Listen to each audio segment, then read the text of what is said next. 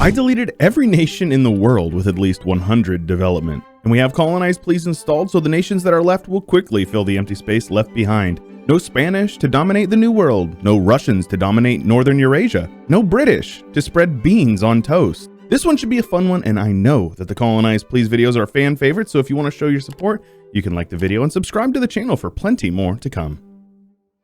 Well, it's about time we brought back Colonize Please. As I said in the intro, every nation with at least 100 development has been deleted. As you can see here, the Teutonic Order is the strongest nation in the world development-wise with 99, followed by Mongolia at 96. Every nation that has the ability to get it will get the Colonize Please triggered modifier, giving them money, colonists, as well as colonial speed and range. And as long as they are able to colonize, they will keep the modifier.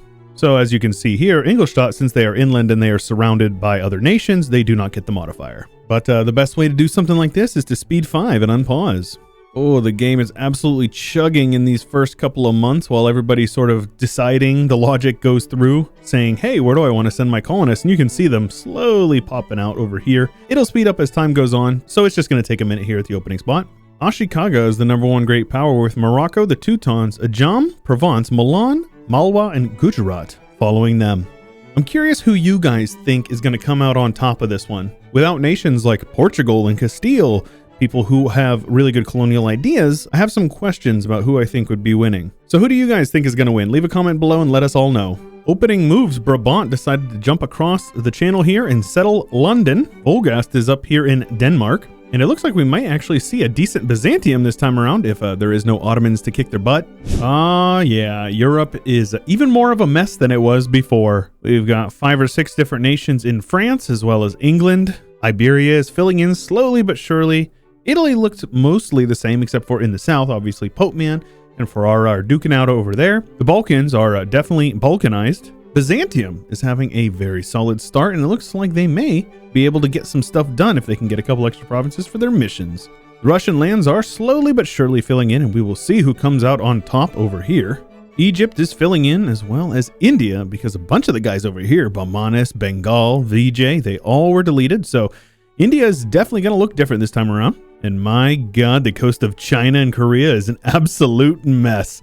Southeast Asia is also a bit messy, but only time will tell how things turn out over here.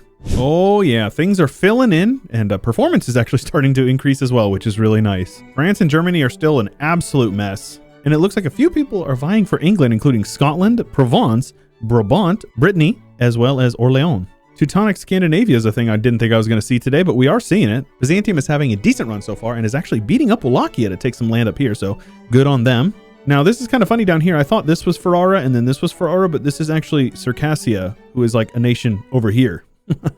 Iberia has a Holsteinian Catalonia, so I don't know why, but yeah, that's where they decided to set up camp. Also, we have Papal Iberia, so you can't forget them. Central Africa is still a mess, but we got Dahomies down here on the coast. Mutapa has decided to colonize the entirety of South Africa, so good on them. And India is maybe starting to consolidate a bit. You got Mewar, Malwa, Orissa, but the south is still pretty up for grabs. China has filled in quite a bit. You got Brunei in the south here, some Tibetan nations up here, and then a couple of different random tags over here as well. Australia is being colonized a bit, but nothing too crazy yet. Saw some yellow down here and I was like, wait a minute, isn't Castile not in this run? No, this is Scotland. Scotland is in Brazil. We've got Cuba over here apparently, as well as Moroccan West Indies and the Papal West Indies.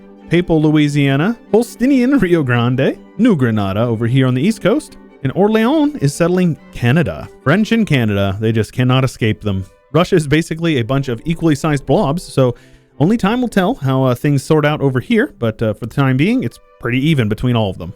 And here we are, it is 1520, and we've got a few formables on our hands. Silesia has formed Poland, and Orléans has formed France. Pope Man is doing okay over here, but I think where the Pope is shining is mostly overseas.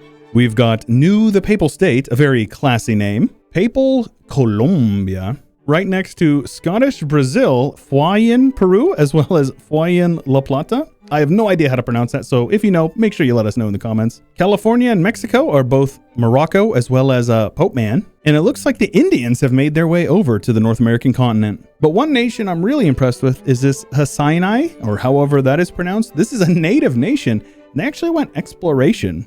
So funnily enough, they have colonized Greenland, of all places. The French are the rulers of Canada over here. Truly the worst timeline. Aside from that, it's just a whole lot of chaos still. Scotland appears to be the master of Britain and Ireland for the most part, and Byzantium is still going very strong all the way up into Wallachia and halfway through Turkey. But my friends, I regret to inform you that we indeed have an Ottomans in this timeline.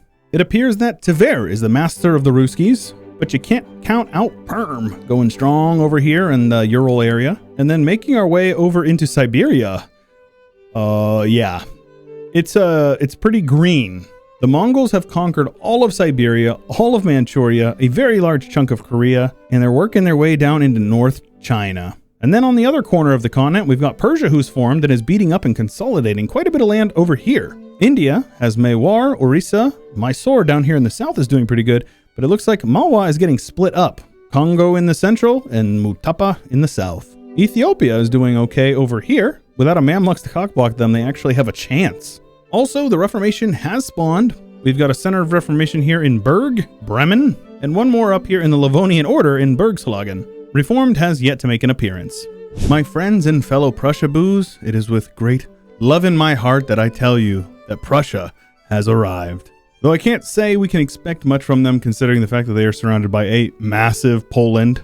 Livonian Scandinavia is also pretty strong, and Russia is doing quite well. We've even got Franconia that is formed. I love seeing formables. Like, how the heck is Munich down here, but they haven't formed Bavaria? I don't know. France is pushing their way up into the Isles. Looks like they've kicked out Brabant and a bit of Scotland. And the colonial game in South America is mostly the same, though the Papal Columbia is very strong. And the Papal State seems to be doing quite well. Also, they have expanded into Louisiana. But we do have an Andalusian Mexico and New Andalusia over there on the East Coast. Because, yep, it appears that Granada has formed Andalusia. The West Coast looks mostly the same, though it does look like the French are beating up on Orissa right now to take over Alaska. Mongolia continues to dominate in China, taking over a large chunk of central China now. But speaking of rare tags, how about Siam? I don't think I have ever seen the AI format, so I am super happy to see it here. India is a bit of the same, Orissa and Hara in the south and Mewar in the west, right next to a massive Persia. Persia that controls all of Persia, a good chunk of Uzbekistan, all the way up into Nogai, over to Mesopotamia. Yeah, they're pretty strong. They are definitely going to rival our beloved Byzantium here, whose borders haven't changed a whole lot, but their name placement is just about perfect. Tripoli over here in northern Egypt, looking extremely good, though it looks like Ethiopia to the south might be outgrowing them. Ethiopia is doing quite well, and I'm curious to see if they can unite the Horn of Africa in time. Also, Japan is united, and Yamana down here is holding out in the south. Well, my friends, Prussia is doing pretty good right next to Russia, who's doing very good. France continues to thrive over here, pushing Scotland a little bit more out of England, though it does look like Scotland controls London. Yeah, I don't know about this one. Byzantium looks remarkably similar. More on that in a moment. Who was in Egypt? Russians was in Egypt, as well as the Mashriq for that matter. And my goodness, what a Persia this is, controlling most of Western India, most of Arabia, a very large portion of the steppes. Incredible. Also, isn't it kind of cool? This Yarkand here looks kind of like a Tanatuva from Hoi 4. May actually even be like the similar provinces. No, it's right next to the province, but the shape is very similar. Meanwhile, the Mongols continue to conquest up China, but if you look a little bit to the south, things are looking a little interesting. Right next to French India, we have a very, very big Siam, looking very good, controlling a large portion of Southeast Asia as well as pushing into the mainland of China. New Guinea, as well as a large portion of Australia over here, is controlled by Orissa, who is actually an Indian nation. And then Bali, who is from over here, I believe, like one of these islands, controls Australia over here. Somehow, it looks like Foix has lost a bit of land in the south to Jolof. So that's a thing. Papal Columbia looks quite good. The Prussian West Indies, an absolutely beautiful sounding name. And Morocco still controls a bunch of Mexico with Pope Man as well as Andalusia mixed in. North America is a lot more blue than it was before, and I'm not just talking about the French. It appears that the Papal States, apparently, has broken free, and now we've got an Italian United States here in North America, right next to New Norway, who is indeed a colonial nation of Russia. Because reasons.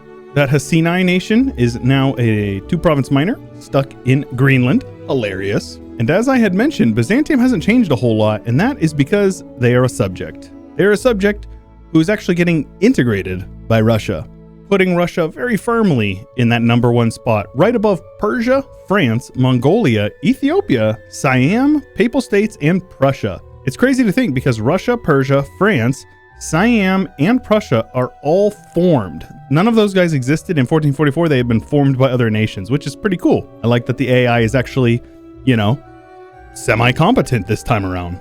And in the end, we have a few interesting things to be looking at. Prussia in the north of Europe, next to the island nation of the Livonian Order, Westphalia in central Germany, as well as parts of the lowlands, and Milan in southern Germany, as well as northern Italy, right next to Russian Italy, right next to American Italy. Now this time, we took New York to Italy.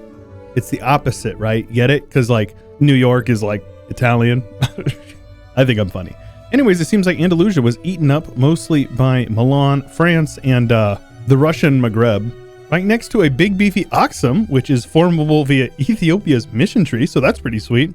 South Africa decided to form Zimbabwe. It was actually Kilwa formed Zimbabwe. And take a look at this Persia. Have you guys seen a more impressive AI Persia ever in your life? All of northern India, western India, the steppes, Tibet, it's all Persia. France managed to keep their Indian possessions right next to a massive Siam. Siam even tried uniting bits and pieces of Indonesia. They even got a couple of provinces over here in China, if you can believe that. Seems like poor Mongolia was gobbled up between Russia, Persia, and Siam. They never stood a chance. Japan is united entirely this time around, minus Okinawa. And it actually looks like Russia was pushed back by Persia, which is pretty impressive. It's actually really funny to think that Russia actually owns more coastline in the Mediterranean than any other nation in the Mediterranean. They also own Tsargrad, the city of world's desires. Now the religious map mode is actually super interesting this time. Germany is Protestant, France and Iberia are Reformed, but Iberia's also got a bit of Catholic and Orthodox over here. I totally did not realize that the United States was Italian. I guess that would make sense considering the fact that they were a papal colony. Aksum is Coptic, and Persia is Shia this time around, which makes sense. They were formed by Ajam, who is Shia. Mongolia is a Buddhist, and they converted a large chunk of China to Buddhism. Don't forget about this form of Buddhism that Siam converted a bunch of China to. So in one way or another, it looks like Confucianism is actually just gone. I don't see it anywhere. It is an absolute mess down here in Australia. Down in New Zealand, they worship the eagle like Borat. South America is a mix and mash of Catholic and Sunni, but we got some Reformed up here in the north. And it looks like the New World was hardly converted from anything, honestly. Nahuatl is over here, but, it doesn't mean much. And it doesn't look like America converted basically anything. It's all totemist still. Catholics over here on the East Coast, that's about it. Hindus over here on the West Coast. And how about this one province up here in Alaska that's owned by Siam? I don't know how they managed it, but they did it. Don't forget about Russian California and Russian Mexico, which apparently are things in this timeline. Not to be confused with Prussian Mexico, which definitely exists. And the Prussian West Indies is actually pretty powerful as well. And in the most blessed timeline here, we've got Flemish culture taking up the majority of the southeast of England. And it looks like the Scots have actually converted a bunch of the English in the north. Oh, I totally missed this. There actually isn't English culture because it was all colonized by these guys. So you got Bretons over here. The Bretons are the sheep shaggers of this timeline. But there are some Franks over there. You guys are not getting off scot-free.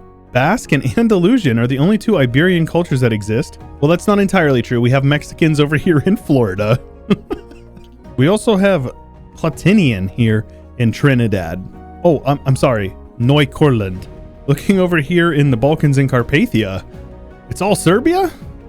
Always has been. Same with over here. What in the world is up with the Poles culture converting? I feel like they culture convert a ton in every video I do. Not to mention the Romanians. All my Romanian boys in chat say, hey. This is hilarious. So Baltan is actually the culture of Riga here in 1444. So I don't know who did it. Probably would have been Livonia. But yeah, it's all been converted to Baltan, which is part of the Germanic group.